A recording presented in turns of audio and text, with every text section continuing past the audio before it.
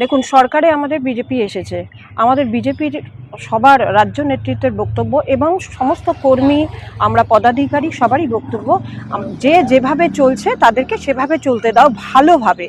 এই I love মিলনপল্লীটা আমাদের মিলনপল্লীর একটা সৌন্দর্যায়ন। এবার সেই সৌন্দর্যায়নের ওপরে আমাদের যখন 4 তারিখে রেজাল্ট আউট হলো, তারপরে 14 নম্বর ওয়ার্ডে একটা বিজয় মিছিল হয়েছিল। সেই বিজয় মিছিলের সময় আপনারা দেখেছেন 4 তারিখ ঠিক 12টার পরে বেনজলের মতো তৃণমূলের লোকেরা স্রোতের মতো ভেসে বিজেপিতে ঢুকছে। কিন্তু আমরা তো চিহ্নিত করেছি, কাউকে কিন্তু আমরা জয়েনিং করব না। আমাদের রাজ্যের নেতৃত্বের কথা, জেলার আমরা যারা রয়েছি তাদের দায়িত্বে, তাদের প্রত্যেকে সমস্ত বুথ প্রেসিডেন্ট থেকে শুরু করে শক্তিকেন্দ্রের প্রমুখ, মণ্ডল সভাপতি, জেলা সভাপতি, রাজ্য সভাপতির নির্দেশে বলা হয়েছে কোনো রকম তৃণমূল কর্মী নেতা কাউকে জয়েনিং করা যাবে না।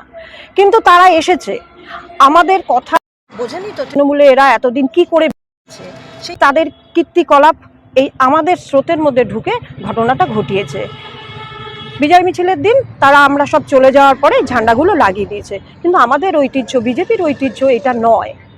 আমাদের সংস্কার করতে এসেছি। মোদিজি বলেছে বিকাশ করার কথা, সেই বিকাশের লক্ষ্যেই আজকে আমরা আমাদের এই ওয়ার্ডের সমস্ত বুথ প্রেসিডেন্ট, শক্তিকেন্দ্র প্রমুখ এবং আমি জেলার ভাইস প্রেসিডেন্ট সহযোগে এই ধরনের বাজে জিনিস অর্থাৎ যাতে না হয়, এবং আই লাভ মিলনপল্লীর ওপর থেকে আমাদের যে বিজেপির ঝান্ডা সসম্মানে খুলে নিলাম এবং নির্দিষ্ট জায়গায় আমরা লাগাবো। আমার কথা, যারা এখানে তৃণমূল করে তাদের মতো তৃণমূল করুক না। আমরা বিজেপিরা সঠিকভাবে রাজ্যটাকে সরকার নিয়ে যাবে। আমাদের মুখ্যমন্ত্রীর যেভাবে আমাদের রাজ্যটাকে চালাচ্ছেন এবং যত রকমের প্রতিশ্রুতি দিয়েছিলেন তার কিন্তু রূপায়ণ শুরু হয়ে গেছে। 1 জুন থেকে তার নির্দেশনা আপনারা পাবেন। মহিলাদের ক্ষেত্রে যে অন্নপূর্ণা ভাণ্ডার, সেটা 1 তারিখ থেকে পাওয়া যাবে। 3000 টাকা প্রত্যেকটা অন্নপূর্ণার ঘরে অ্যাকাউন্টে ঢুকে যাবে।